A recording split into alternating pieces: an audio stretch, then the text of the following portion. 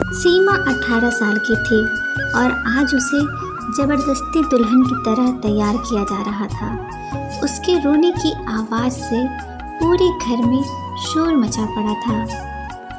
मुझे शादी नहीं करनी, छोड़ दो मुझे, जाने दो। मैं भी देखती हूँ कि तू शादी कैसे नहीं करती है। शादी तो तुझे करनी ही पड़ेगी। नहीं नहीं, मैं अभी शादी नहीं करूँगी। मैं अभी बहुत छोटी हूँ, मैं शादी के लिए तैयार नहीं हूँ। देख, अगर तू इस लड़के से शादी कर ली ना, हम सब के दिन फिर जाएंगे। बहुत पैसे वाला है, तुझे रानी की तरह अपने घर में रखेगा। मान ले मेरी बात। आप मेरे चाचा होके कैसी बातें कर रहे हैं? और वो कोई लड़का नहीं है, 50 साल का बूढ़ा आदमी है। खबरदार, जो उसे तूने बूढ़ा कहा, अगर उसने सुन लिया ना तो बिना कुछ कहे यहाँ से चला जाएगा। एक तो तेरे माँ बाप तुझे हमारे सर पर बैठा करके बचपन में ही गुजर गए। अब क्या हम तुम्हारे लिए कोई राजकुमार ढूंढ के लाएंगे? तुझ अनाथ से कौन करेगा शादी? कोई बात नहीं चाची, आप मेरी शादी मत करना। मैं जिंदगी भर कुंवारी रहूंगी, आपका सारा काम करूंगी, उफ तक नहीं कहूंगी। नहीं नहीं, हम जिंदगी भर तेरा बोझ नहीं उठा सकते। और अगर तू उससे शादी करेगी तो उसके बदले वो हमें पूरे 5 लाख रुपए देगा। शादी तो तुझे करनी ही पड़ेगी। उसके बाद उसकी जबरदस्ती उस बूढ़े आदमी से शादी करा दी जाती है। धनी राम उसे अपनी हवेली में लेकर के आया। देख, मेरी पहले से शादी हो चुकी है और मैं अपनी पत्नी से बहुत प्यार करता हूँ। तो फिर आपने मेरे साथ शादी क्यों की? शादी? कैसी शादी? मेरे पति ने तो तेरे चाचा से सौदा किया है, पूरे 5 लाख रुपए का। हमें तो घर के काम के लिए एक नौकरानी चाहिए थी जो जिंदगी भर हमारी सेवा करे। और हमारी कोई संतान है नहीं।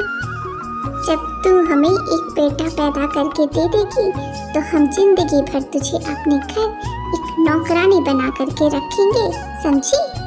आप अपनी पत्नी के रहते किस तरह की बातें कर रहे हैं? आपको शर्म नहीं आती? इसमें शर्म की क्या बात है? मुझे भी अपने बुढ़ापे का सहारा चाहिए। कुछ महीनों बाद उसने एक प्यारे से बेटे को जन्म दिया।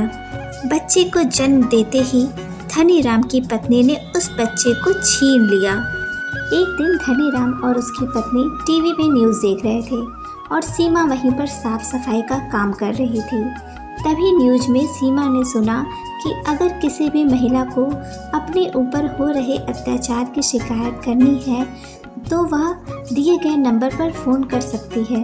सीमा थोड़ी सी पढ़ी लिखी थी, इसलिए उसने चुपचाप वह नंबर एक पर्ची पर लिख लिया और अपने पास रख लिया। अब वह मौके की तलाश करने लगी।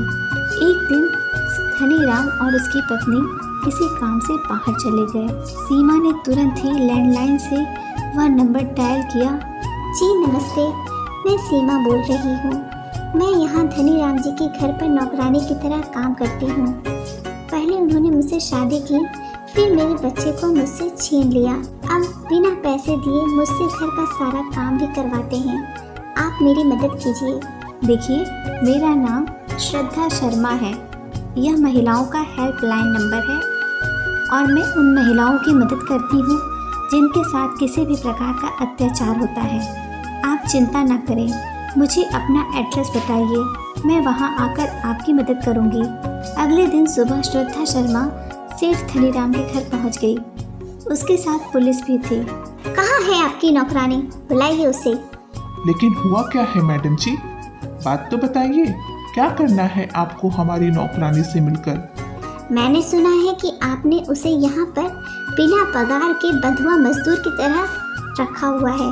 आप उसे उसकी मेहनत का पैसा भी नहीं देते हैं और ज़रूरत से ज़्यादा काम करवाते हैं। अरे नहीं नहीं, आपको कोई गलत फहमी हुई है। हमारे यहाँ तो कोई नौकरानी है ही नहीं। यह बच्चा किसका है? किसका है मतलब? हमारा है। लेकिन आपको देखकर तो नहीं लगता। नहीं मैडम जी, यह बच्चा हमारा। श्रद्धा ने पुलिस को पूरे घर में तलाशी करने के लिए कहा। पुलिस ने घर की तलाशी ली और उन्होंने स्टोर रूम में सीमा को बंधा हुआ पाया। उसके शरीर पे मारपीट के काफ़ी निशान भी नजर आ रहे थे। मैडम, ये बच्चा मेरा है, मैं इसकी सगी माँ हूँ। मैं जानती हूँ, तुम चिंता ना करो, लेकिन मुझे एक बात समझ में नहीं आई कि हमारे आने की खबर इन्हें हुई कैसे, जिसकी वजह से इन लोगों ने तुम्हें बांधकर इतना मारा पीटा। बाजार जाने से पहले मैं लैंडलाइन को लॉक करना भूल गया था, इसलिए जब मैं घर वापस आया तो मैंने नंबर को रिडायल किया। तब मुझे पता चला कि इस सीमा ने आप लोगों को फोन किया है, इसलिए जब सुबह आप लोगों की गाड़ी हमने आती देखी तो इसके हाथ पांव बांधकर हमने इसे स्टोर रूम में छुपा दिया। तुम लोग बहुत होशियार बनते हो ना, अब जेल में जाकर चक्की पीसना। इंस्पेक्टर साहब, गिरफ्तार कर लीजिए इन दोनों को। अब मैं अपने बच्चे को लेकर के कहाँ जाऊंगी? मेरे चाचा ने तो पहले ही इस आदमी को मुझे बेच दिया था। तुम चिंता मत करो, हम तुम्हें नारी निकेतन में लेकर जाएंगे। वहाँ पर तुम्हारी और तुम्हारे बच्चे की अच्छी तरह से देखभाल होगी और तुम्हें कुछ रोजगार भी दिया जाएगा। रही बात तुम्हारे चाचा की, तो उन्हें भी सज़ा मिलेगी। श्रद्धा शर्मा ने सीमा को उसका बच्चा वापस लौटा दिया। सीमा के चेहरे पे मुस्कुराहट आ गई, क्योंकि उसे अपना बच्चा और अपनी ज़िंदगी वापस जो मिल गए थे।